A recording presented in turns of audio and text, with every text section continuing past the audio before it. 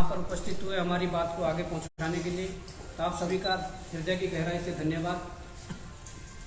आज एक महत्वपूर्ण विषय पर हम प्रेस वार्ता करने जा रहे हैं। जिस प्रकार से उत्तराखंड बेरोजगार संघ लंबे समय से परीक्षाओं को पारदर्शी रूप से करवाने के लिए लड़ाई लड़ रहा है, उसी से संबंधित कुछ मामले हैं जिसको मैं आप सबके सामने रखना चाहता हूं। इससे पहले मैं एक बार आप सबको परिचय करवा दूं। हमारे साथ श्री हरिओम भट्ट जी है, बेरोजगार संघ से हमारे। नितिन दत्त जी है, मसूरी से हैं। राम कटवाल जी है, कोटद्वार से हैं। हमारे बीच कुलदीप सिंह जी हैं, गुड़गांव से हैं। हमारे बीच जितेंद्र ध्यानी जी हैं। हमारे बीच मोहन कैंतुरा जी हैं, मसूरी से। और रमेश चौहान जी है, चक्राता से। मैं बात को शुरू कर रहा हूं। बात यह है कि हम लंबे समय से उत्तराखंड के बेरोजगारों के लिए, यहाँ की उत्तराखंड वासियों के लिए जो परीक्षाओं में पारदर्शी व्यवस्था है, पारदर्शी जो सिस्टम है, उसको प्रदेश के भीतर स्थापित करना चाहते हैं, जिसमें कि कई हद तक हमने जो लड़ाइयाँ लड़ी उसमें कई हद तक हमें जीत भी मिली है, और अभी बहुत कुछ उसमें जो लड़ाइयाँ लड़नी वो बाकी है। अब मैं शुरुआत करना चाहूंगा कि हाल ही में जो पटवारी का पेपर हुआ था, उसके बाद जो कनिष्ठ सहायक का पेपर हुआ था, उसमें जो चीजें निकल कर आई थी, जो सील तोड़ने वाली जो चीजें थी, प्रदेश के बेरोजगारों ने, प्रदेश के नौजवानों ने, प्रदेश के जो अभ्यर्थी थे, उनके पास जब परीक्षा जो सेट गई, उसमें कई जगह जो सील टूटने वाला जो प्रकरण था, वो प्रकरण बड़ा गंभीर प्रकरण था। सरकार ने शायद अपनी छवि उनकी धूमिल ना हो, इसलिए मामलों को दबाया है। जो पहला प्रकरण हमें जेलों के अंदर जो डाला गया और उसके बाद पटवारी का पेपर करवाया गया। उत्तरकाशी में जो पहला प्रकरण सामने आया था, गोपेश्वर में प्रकरण सामने आया था, उत्तरकाशी का जो प्रकरण था, उस प्रकरण में जो चीजें हुई थी, उसमें जैसे 2 सीलें पेपर में लगती हैं, 2 सीलें लगी हुई थी, और 2 सीलें जो लगी हुई थी वो सीलें टूटी हुई भी थी। उसके अतिरिक्त पेपर को बंद करने के लिए तीसरी सील का प्रयोग किया गया था, जो कि खैर हमारे फोन में भी है। पर ये जो कनिष्ठ सहायक का पेपर है, सेम यहाँ पर वो दोहराया गया उन चीजों को। वो इसलिए दोहराया गया कि जो ये सीलें हैं, मैं थोड़ा कहूंगा कि अगर कोई जो वीडियो बना रहे हो थोड़ा जूम करके देख ले। जो इसके अंदर जो सील लगी हुई है, ये पहले से जो सील लगी हुई थी, ये जो ओरिजिनल सील होती है पेपर की, जिसका थोड़ा नीला भी ब्लू अंदर से दिख रहा है, ये सीलें पहले लगी हुई थी। ऐसा ही मामला ये कनिष्ठ का है। इसमें जो अंदर की सीलें लगी हुई थी, वो मामला तो है, ये सीलें लगी हुई थी। परंतु अब हम ये आरोप लगा रहे हैं आयोग पर भी और सरकार पर भी कि ट्रांसपोर्ट के दौरान जो घटनाएं होती है, ट्रांसपोर्ट के दौरान दोनों सीलें तोड़ी गई और इसके ऊपर पेपर बंद करने के लिए अतिरिक्त सीलें लगाई गई। ये हम हवा में बात नहीं कर रहे हैं, इस पे हम अभी आपके सामने साक्ष्य रखने वाले हैं। ये सब हम रखने वाले हैं कि चीजें कैसे होती है। ये मैंने उत्तराखंड के दोनों पेपर बता दिए कि जो आंदोलन के बाद हमें जेलों के अंदर रखने के बाद, हमें सशर्त जमानत देने के बाद जबरदस्ती करवाई गई। और मैं ये भी थोड़ा इशारा कर देना चाहता हूं कि जो दिल्ली के लिए अटैची जाती है ना, मोटे पैसों की, उस अटैची में पैसे कहां से गए, उसकी रिकवरी इन परीक्षाओं से करवाई जा रही है। ये मैं आपको बताना चाह रहा हूं। अब एक परीक्षा में नहीं तो दूसरी में करना चाह रहे हैं, दूसरी में नहीं हुआ तो तीसरी में करना चाह रहे हैं। इस प्रकार के धंधे चल रहे हैं। मैं ये आप सबके सामने साबित करने वाला हूं। 25 फरवरी 2023 को उत्तराखंड देहरादून में एक परीक्षा होती है। परीक्षा आईलेट्स की होती है। आईलेट्स को मैं थोड़ा आप सामने एक्सप्लेन कर दूं। इस परीक्षा के माध्यम से हमारे जो देश का बच्चा है, प्रदेश का बच्चा है, इस परीक्षा को पास करने के बाद विदेशों में नौकरी करने भी जाता है, विदेशों में पढ़ने भी जाता है, जिसके लिए कि भारत सरकार पूर्ण तरीके से उन्हें सहयोग करती है। आप सब पत्रकार बंधुओं को ये पता है। एक गिरोह होता है राज्य का, जो गिरोह होता है नकल माफियाओं का, एक होता है राष्ट्रीय गिरोह और एक होता है अंतर्राष्ट्रीय गिरोह। तो यहाँ पर जो चेन बनी हुई है, यहाँ पर राज्य गिरोह से लेकर राष्ट्रीय गिरोह से लेकर अंतर्राष्ट्रीय गिरोह तक ये चेन बनी हुई है, जिसका खुलासा हम करने वाले हैं। 25 फरवरी 2023 को पेपर होता है। शाम को 11:11 पर यहां से जो एक कंटेनर है जिसमें कि ये जो उनकी OMR वगैरह होती है वो दिल्ली के लिए रवाना होती है, उसमें मैं बताना चाहूंगा कि 11:11 पर रवाना होती है। 17 फुट लंबा एक कंटेनर होता है। 17 फुट लंबा कंटेनर में यहां से जब देहरादून से वो शहर को छोड़ते हुए ट्रक आगे बढ़ता है तो उत्तर प्रदेश की सीमा लगते ही मोहंड एक इलाका पड़ता है। वहां पर उत्तराखंड नंबर की 2 गाड़ियां, एक देहरादून नंबर UK07 और एक UK08 रुड़की नंबर की गाड़ियां उन कंटेनर का उस पीछा करती है और मोहंड के इलाके में उसे रोक लेती है। वहां पर उस कंटेनर का ताला तोड़ा जाता है। वहां पर फिर जो डिजिटल लॉक होता है, ताले लगने के बाद जो डिजिटल लॉक होता है उसको भी तोड़ा जाता है। अब ये देखिए कि जो उस ताले को तोड़ने वाले थे वो या कहीं के भी उत्तराखंड के हैं, बाहर के हैं, परंतु जो 2 गाड़ियां गई वो उत्तराखंड के UK07 और UK08 मतलब देहरादून और रुड़की नंबर की गाड़ियां थी। उन्होंने वहां पर ताला तोड़ा। 17 फुट के, अब गंभीरता देखिए विषय की, 17 फुट के कंटेनर में उन्हें पता है कि 17 फुट के कंटेनर में जो वो कॉफियां रखी गई है वो किस जगह रखी गई है। ताला तोड़ने के बाद सीधे वहीं जाते हैं, उस लोकेशन पे जाते हैं। नहीं तो 17 फुट में वो पहले ढूंढते फिरते। वो किस लिए होता है? वो इसलिए होता है कि उन्हें पता होता है, क्योंकि अंदर के लोग जहां से OMR बाहर निकलती है वहां से उन्हें पता होता है कि कहां पे रखा है, कहां पे शिफ्टिंग की गई है, ये सारी चीजें उन्हें बता दी जाती है। तो मैं कहना चाहूंगा कि जो पटवारी और इसमें जो सील वाला प्रकरण हुआ, आयोग ने हाथ खड़े किए, आयोग अपनी सफाई दे रहा है। हमारा जो सरकार है वो बड़े बड़े होल्डिंग लगा रही है कि हमने नकल रोधी कानून लाने के बाद 3 परीक्षाएं सफलतापूर्वक पूरी कर दी है, जबकि हालात ये है कैसे डिजिटल लॉक तोड़ा गया, किस प्रकार से कॉपियां बाहर निकाली गई। और मैं चाहता हूं कि हमारे साथ जो कुलदीप भाई हैं, इनका ट्रांसपोर्ट का पूरा अपना बिजनेस है, ऑल इंडिया बेस पर, इनकी ही वो गाड़ी थी।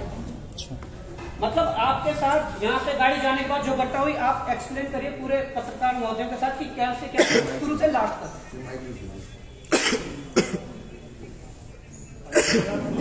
हमारी कंपनी का नाम दिल्ली वापी रोड लाइन्स है। हम ब्लू कार्ड पे मुझे 13 साल से चल रहे हैं। 25 तारीख को एग्जाम होता है, यहाँ पर IIT का एग्जाम होता है। 25 तारीख को ये शाम को शीट्स ब्लू कार्ड के ऑफिस में आती है और उसके बाद वो गाड़ी में हमारी में लोड होती है और हमारा ड्राइवर के साथ मिलकर, मतलब ये बहुत बड़ा नेक्सस है ये। वो हमारे ड्राइवर को लालच देते हैं, भाई आपको 30 लाख रुपया दे देंगे अगर आप हमें कंटेनर खोलने दोगे और हमें उसको आंसर शीट्स निकाल देंगे। वो गाड़ी यहीं से कैच कर लेते हैं, अपना ब्लू गाड़ी निरंजनपुरा से निकलते ही गाड़ी कैच कर लेते हैं।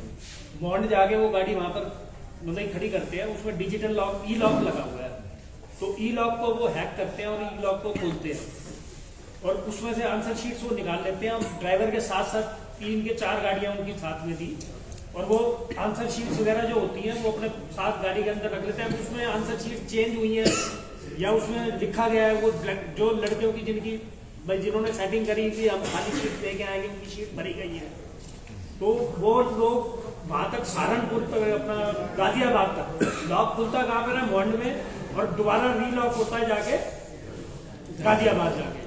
फिर वो उसको ड्राइवर को पैसा देते हैं और पैसा देके उसको कहते हैं यार तू ये पैसा मेरे को वापस दे दे, हम तेरे को दे देंगे, एयरपोर्ट पे तू जाएगा, अंदर तेरे को पकड़ लेंगे, तू एयरपोर्ट गाड़ी खाली करके वापस आना। एयरपोर्ट तक जाती है गाड़ी और वो बाहर आता है तो वहां पर वो कहता है बाहर आएगा तो तेरे को पैसा हम दे देंगे, लेकिन उसको बाहर पैसा नहीं मिलता।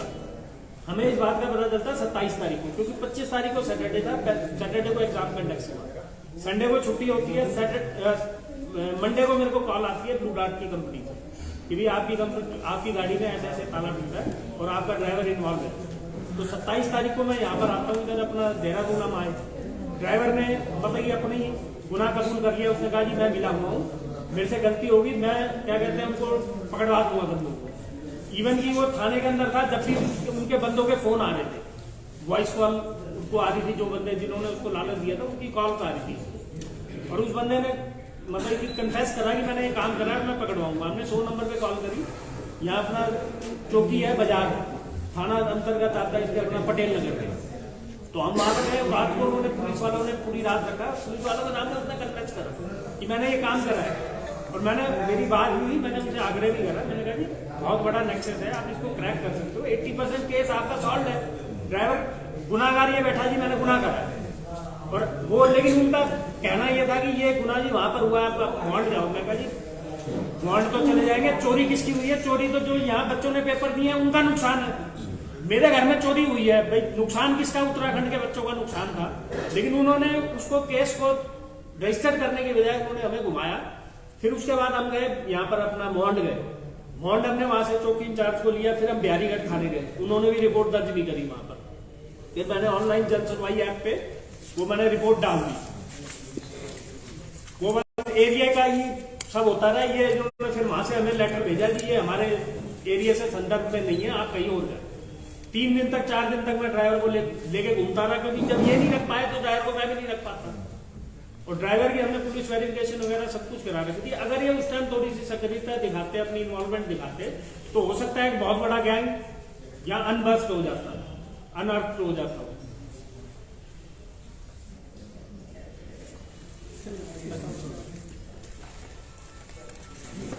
मैं कहता हूं कि जो पुलिस प्रशासन की जो यहाँ पर जो कार्रवाई थी वो देहरादून पुलिस को करनी चाहिए थी, परंतु मुझे ये शंका हो रही है कि जब उस ड्राइवर को 12 बजे गिरफ्तार 27 तारीख को कर लिया था तो रात भर उसे थाने में रखेगा, परंतु 28 तारीख को 2 बजे उसे छोड़ दिया जाता है।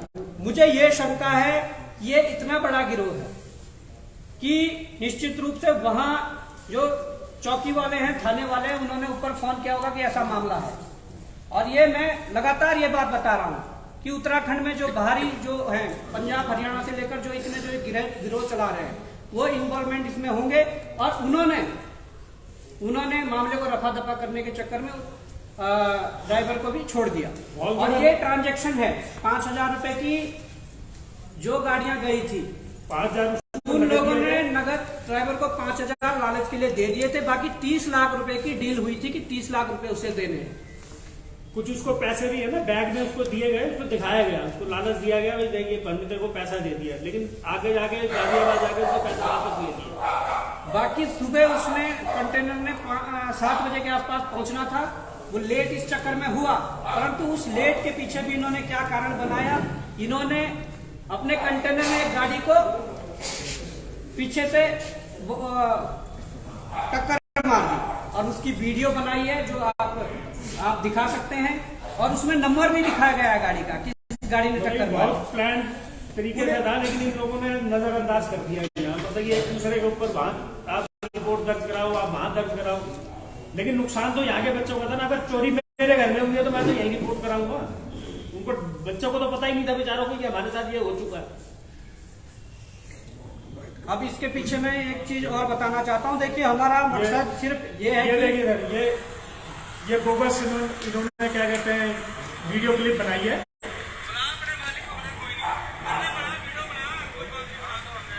ये सिर्फ इसलिए कि वो जो लेट गाड़ी पहुंची है तो उसको मैनिपुलेट कर,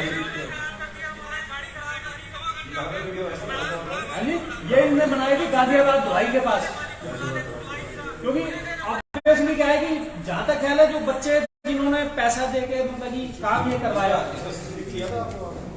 सब सीसीटीवी नहीं है, तो इसने वही एक चीज इस वीडियो ये जो UK07 और UK08 नंबर की गाड़ी, वो पूरा नंबर भी क्या जानकारी में आ पाया? बिल्कुल सर, बिल्कुल आया है, नंबर भी दिया है, फोन नंबर भी दिए, पूरा नंबर आप एक बार खुलासा कर दीजिए। पुलिस वालों को भी दिए हमने, मेरे पास इस टाइम तो नहीं होगा। ये प्राइवेट थी कि मतलब किसी की अपनी गाड़ी थी कि किसी की प्राइवेट टैक्सी थी? सर ये तो वो अगर वो विवेचना करते इसको मतलब की कार्रवाई करते, पूरा नंबर बता दीजिए बस। और एक बॉबी पवार की इसमें जो ट्रांजैक्शन 5,000 की हुई है उनका अकाउंट नंबर कहीं कुछ नहीं। मैं ये कह रहा हूं कि 90% केस सॉल्व था। अगर पुलिस थोड़ा भी अपनी सक्रियता दिखाती और थोड़ा भी मतलब गंभीरता दिखाती तो उसके बाद भी फोन हम राज्य गिरोह से लेकर राष्ट्रीय गिरोह से लेकर अंतर्राष्ट्रीय गिरोह तक ये कड़ी तोड़ सकते हैं। वर्तमान में वो ड्राइवर अपने घर चला गया, क्योंकि ये 27 तारीख का वाक्य है। फोन उसका ऑनर पीछे 2 दिन उसने बंद कर दिया था, तो कल मैंने उसे कॉल करी थी। अब वो डर के मारे आ नहीं रहा है, क्योंकि देखो ना, एक बार वो चोर कह रहा है मैंने चोरी करी है, पुलिस वाले कह रहे हैं हम पकड़ेंगे। कौन से थाने में बैठा, पटेल नगर में बैठा के रखा? रिपोर्ट ही नहीं दर्ज करी ना हमने, तो सिर्फ 100 नंबर पे कॉल करी। रिपोर्ट दर्ज करते तो कोई कॉल पता नहीं होती ना, कॉल देते उन्होंने कॉल नहीं।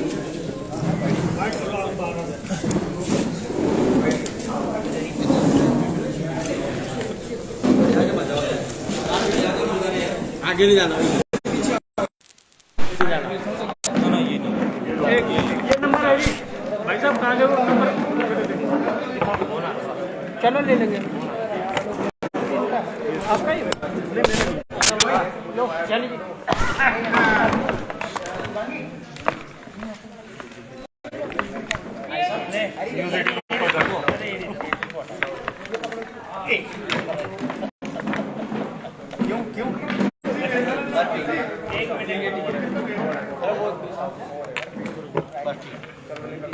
यार उनका हाथ लगे कड़के नीचे ठीक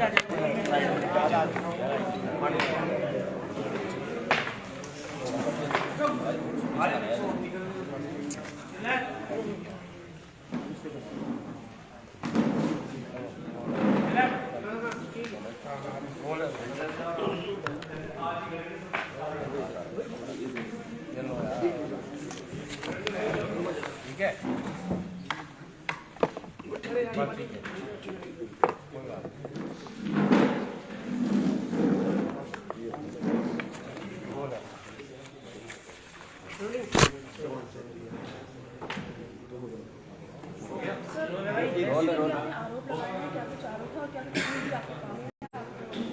देखिए, हमारा आरोप इसलिए है, हमारे आरोप यहाँ की सरकार से भी है, आयोग से भी है, जो लगातार लंबे समय से इस बात को नकार रहे हैं कि यहाँ पर जो सील वाला प्रकरण, जो बच्चे आवाज उठा रहे हैं, उनकी आवाज बंद करने के लिए आपने नकल रोधी कानून तो ले आए, परंतु जो घटनाएं बार बार हो रही है, उस घटना का फुल प्रूफ आप देख सकते हैं कि 25 फरवरी 2023 को आइलेट्स के लिए जो पेपर देहरादून में हुआ, उन पेपरों की OMR ले जाते हुए रास्ते में जो घटना हुई, कंटेनर का लॉक तोड़ा गया, कंटेनर में डिजिटल लॉक तोड़ा गया, फिर रास्ते में जाते जाते मोहंड में लॉक तोड़ के गाजियाबाद में उसको फिट किया गया, रिफिट किया गया। तो आप इसको नकार नहीं सकते कि ये परीक्षाओं में जो गड़बड़ियां हो रही है, जो सीलें टूट रही है। मैं बयान देख रहा था उत्तरकाशी के एक पुलिस अधिकारी का, जिन्होंने कहा था कि रोडें खराब है, गड्ढों में आकर ये सील टूट जाती है। ये बिल्कुल भी, मैं कहना चाहता हूं कि सील तोड़ना, जो ये पेपरों में सील लगी होती है, वो इतनी आसानी से नहीं टूटती है, ये प्री प्लान करके तोड़ी जाती है। और इसमें एक तो आयोग को पता होता है, या एग्जाम सेंटर जहां पे एग्जाम होते हैं उन्हें पता होता है कि पेपर कब किस गाड़ी में कहां जाने हैं। इसमें जो ये गिरोह मिला हुआ है, ये परीक्षा केंद्रों से लेकर और अपना आयोग तक, या जो संस्था पेपर को करवा रही है, वो पूरे मिले हुए होते हैं। इस गिरोह को, कड़ी को आसानी से पकड़ा जा सकता था। 80 से 90% केस पूरा सॉल्व है। इसमें जो ट्रांजैक्शन ड्राइवर को लालच में जो 5,000 रुपए दिए गए और 30,000 रुपए का उनको लालच दिया गया, 30 लाख रुपए का जो लालच दिया गया था, ये बताता है। और पुलिस की कार्यशैली पर यहाँ पर प्रश्न चिन्ह खड़े होते हैं। जब आपके पास 80 से 90% केस सॉल्व था, तो आप एक बड़े गिरोह को, जो राज्य में चल रहा है, जो देश में चल रहा है, जो अंतर्राष्ट्रीय लेवल पर जो चल रहा है, जो वहां से इन चीजों को हैंडल कर रहे हैं, उस गिरोह की कड़ी को पकड़ सकते थे, उस गिरोह के कड़ी को तोड़ सकते थे। परंतु पुलिस ने अपनी निष्क्रियता दिखाई। मुझे यह शंका है कि इसमें बड़े लोगों का हाथ है, जहां पर पुलिस ने ड्राइवर को 12 घंटे से अधिक, एक जो ड्राइवर है जो दोषी था इसमें, उसे अपने पास रखा, परंतु बाद में उसे छोड़ दिया गया। किस आधार पर छोड़ा है, ये बड़ा प्रश्न चिन्ह खड़ा होता है। और मैं बताना चाहूंगा कि पटवारी कनिष्ठ सहायक में जो डबल, जो पहले वाले सील जो तोड़ी गई थी, उसके बाद पेपर बंद करने के लिए अलग से सील लगाई गई थी, वो भी इसी प्रकार से काम रास्ते में ट्रांसपोर्ट के दौरान हुआ होगा। और मैं यही कहना चाहता हूं कि सरकार और आयोग को यह गंभीरता से लेना चाहिए। और साथ में जो ये प्रकरण हुआ है, पहले पटेल नगर चौकी और थाने में जो शिकायत हुई थी, उन्होंने मामले को घुमाया, उसके बाद उत्तर प्रदेश पुलिस पर प्रश्न चिन्ह खड़े होते हैं कि जब मोहंड में ये प्रक्रिया हो गई थी, उन्होंने उस चीज को नेग्लेक्ट किया और कहा कि हमारे क्षेत्राधिकार में नहीं है, जबकि मोहंड में घटना हुई थी। उसके बाद जो जन सुनवाई जो ऐप है उत्तर प्रदेश सरकार का, योगी आदित्यनाथ जी वहां के सीएम हैं, उनकी जन सुनवाई के लिए वहां पर भी ऑनलाइन जो प्रक्रिया चलती है शिकायत की, ये पूरी प्रक्रिया चलाई गई, परंतु वहां से भी निराशा हाथ लगी। अब मुझे नहीं लगता कि कितना बड़ा गिरोह है कि बड़े बड़े हमारे मंत्री या मुख्यमंत्री उत्तराखंड, मुख्यमंत्री उत्तर प्रदेश अपने हाथ पीछे खींच रहे हैं। कितने बड़े लोग, कितना बड़ा नेक्सस ये है, इसको तोड़ने के लिए जिम्मेदारी बनती है हम सब नागरिकों की, पर उससे बड़ी जिम्मेदारी बनती है यहाँ के सरकारों की, वो चाहे सरकार उत्तराखंड सरकार हो, उत्तर प्रदेश सरकार हो या भारत सरकार हो। ये बड़ा गंभीर विषय है, क्योंकि यहाँ पर सीधे हमारे जो संबंध है वो सीधे विदेशों से और पूरे भारत देश से, उनके संबंधों में कुछ भी चीजें अड़चने ऐसी आ सकती है अगर इस प्रकार के गिरोह लगातार काम करते रहे। रिसेंटली अभी हुआ है कि 700 बच्चों ने वहां पर कनाडा के अंदर अपना पीआर के लिए अप्लाई करा था, लेकिन जब उनके पेपर चेक करे गए तो वो बोगस पाए गए हैं। वो 700 के 700 बच्चे उन्होंने दोबारा वापसी। एक सवाल आपसे ये है हाँ जी, कि जो आप बता रहे हैं कि जो ड्राइवर आपका था, हाँ पूरा जो घटनाक्रम हुआ तो ड्राइवर के द्वारा आपको कब बताया गया था, कितनी तारीख घटना, और ड्राइवर ये 25 तारीख को यहाँ पर एग्जाम होता है और शाम को पेपर डिस्पैच होते हैं हमारे से, हमारी गाड़ी में, और 27 तारीख को मेरे को कंपनी से फोन आता है, जी आपका ई लॉक टेम्पर किया गया, क्योंकि ई लॉक जो होता है पीछे लगा होता है, वो जैसे ही टेम्पर होता है टूटता है उसी टाइम अलर्ट आ जाता है। वो उन्होंने बताया जी हमें अलर्ट आया कि 26 तारीख को, मतलब कि 12 बजे तक, 12:15 बजे तक गाड़ी यहाँ पर मोहंड खड़ी रही है। फिर हम यहाँ पर 27 तारीख को हमें पता चला, तो 27 तारीख को हम देहरादून आए यहाँ पर। तो ड्राइवर को हमने कहा तू सच सच बता देगा तो हम तेरे को कुछ नहीं कहेंगे। तो उसने कहा जी मैं इसमें इन्वॉल्व हूँ, ये ताला खोलने में मैंने मदद करी थी, मुझे 30 लाख रुपए का लालच दिया गया था और मैं अपनी पूरी कोशिश करूंगा कि इनको ट्रैप कराने में पूरी कोशिश करूंगा। और हम वहां पर बैठे थे, उस बंदे का फोन भी आया, जिस बंदे ने मतलब इसको लालच दिया, जिन बंदों ने ये काम करा है, उसका फोन भी आया, उसकी रिकॉर्डिंग भी है हमारे पास। मतलब वो बंदा फोन कर रहा था, क्योंकि वॉइस कॉल जो होती है मेरे ख्याल से वो शायद रिकॉर्ड नहीं हो पाती, लेकिन हमने ड्राइवर ने आपको ये बताया था, स्पष्ट किया था ड्राइवर ने कौन लोग थे या क्या थे, जो थाने की अगर हम बात करेंगे, थाने में बयान दर्ज। हाँ जी, उसने बताया सारा कि कौन, विक्की नाम का एक लड़का था उसमें इन्वॉल्व, और अपना ये कारें थी 2-3, जिसमें से एक नंबर ये UK07 DW2102। चौकी इंचार्ज थे ओम प्रकाश जी, उन्होंने उस पर चेक भी करा था, एम परिवहन पे या जो भी इनकी साइट ऐप है उसके ऊपर उन्होंने चेक करा था, एक गाड़ी यहाँ देहरादून नंबर की थी। अब ये बाद में पता चलता कि वो गाड़ी कहीं चोरी की तो नहीं थी, हो सकता है कि गाड़ी जेन्युइन भी हो। अगर वर्तमान में ड्राइवर कहाँ है? वर्तमान में ड्राइवर अपने घर बैठा हुआ है छुप के, फोन उसका ऑन है, वो इजीली ट्रैक हो सकता है, कोई ऐसी दिक्कत वाली, क्योंकि हमने पुलिस वेरिफिकेशन करा रखी है। हमने उसके दिल्ली तक, जहां वो कमरे में रह रहा था, हमने वहां तक भी सीलें उसके कमरे से मिली है। अब मैं 90% केस सौदा, अब जरूरी तो नहीं है ना कि ये नेक्सस जो है सिर्फ इससे आईलेट्स के एग्जाम से जुड़ा हो। अगर पकड़ा जाता तो हो सकता है इन्होंने कोई और भी कई काम करे होंगे। अब मैं ये बताना चाहता हूं कि इनका जो ऑल इंडिया ट्रांसपोर्ट का जो अपना काम है, इनके पेपर में कोई ऐसा, इनके गाड़ी में कोई ऐसा नहीं है कि कोई प्राइवेट या CBSE बोर्ड या इसी तरीके एग्जाम की तो ट्रांसपोर्ट होता है। इसमें सरकारी जो नौकरी के लिए परीक्षाएं होती है, उनका ट्रांसपोर्ट भी इसी तरीके से होता है। और जो सील तोड़ने वाली घटना उत्तराखंड में हो रही है, वो निश्चित रूप से इन्हीं कारण से हो रही है कि ट्रांसपोर्ट के दौरान पेपरों की सील तोड़ी जा रही है और अपने लोगों को फायदा पहुंचाने के लिए वो प्रश्न पत्र जो चुराए जा रहे हैं, उनकी फोटो खींची जा रही है। वो आपके सामने एक्सप्लेन करने की जरूरत नहीं है कि उत्तराखंड में लगातार कई माह से ये प्रकरण चल रहे हैं।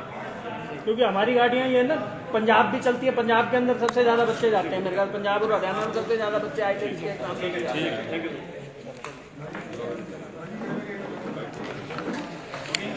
बाकी अभी बाहर बाइक का ये ले लो यार।